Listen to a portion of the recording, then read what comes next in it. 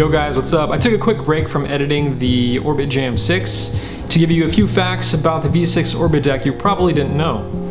One of the first ideas that we had with the V6 Orbit deck was multiple UFOs coming in for an invasion. Later we discussed it and we thought to ourselves it would make more sense if a single spaceship was coming to conduct tests, kind of a scout. So we thought that would be more believable, which is why we ended up with the single one. Originally, the beam from the UFO actually illuminated the tops of all the trees equally. It was a gigantic, bright light in the sky.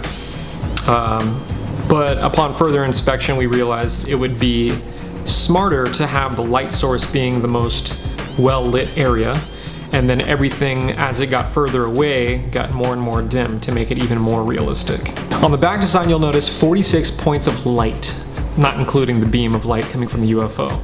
The 46 has to do with how many chromosomes were given at birth. At birth you're given 46 chromosomes, 23 come from each parent. The 23rd will dictate whether you're going to be a boy or a girl. The addition of the light beam brings us 48, which creates a lot of abnormalities if it is present in humans, but maybe not in aliens. So maybe 48 is their chromosome count. In a 360-degree circle, the far right side of the UFO is right about 23 degrees.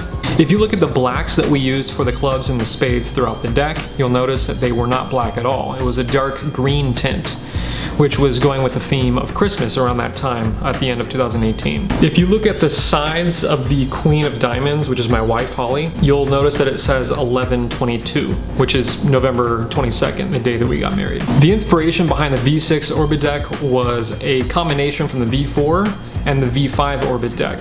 We realized both of them had a very good following and we wanted to combine the two to create this. All in all, I'd say there are less than 10 decks in existence that have the same exact recipe as the V6 Orbits.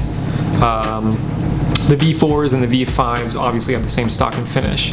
Without giving you 100% of the recipe, I can say that the Orbit deck is a premium stock, which is the best grade stock you can get. It's thin crushed. It's traditionally cut, as it was in the 90s and 80s at the US Playing Card Company, and it is printed on the web press instead of the sheet-fed press.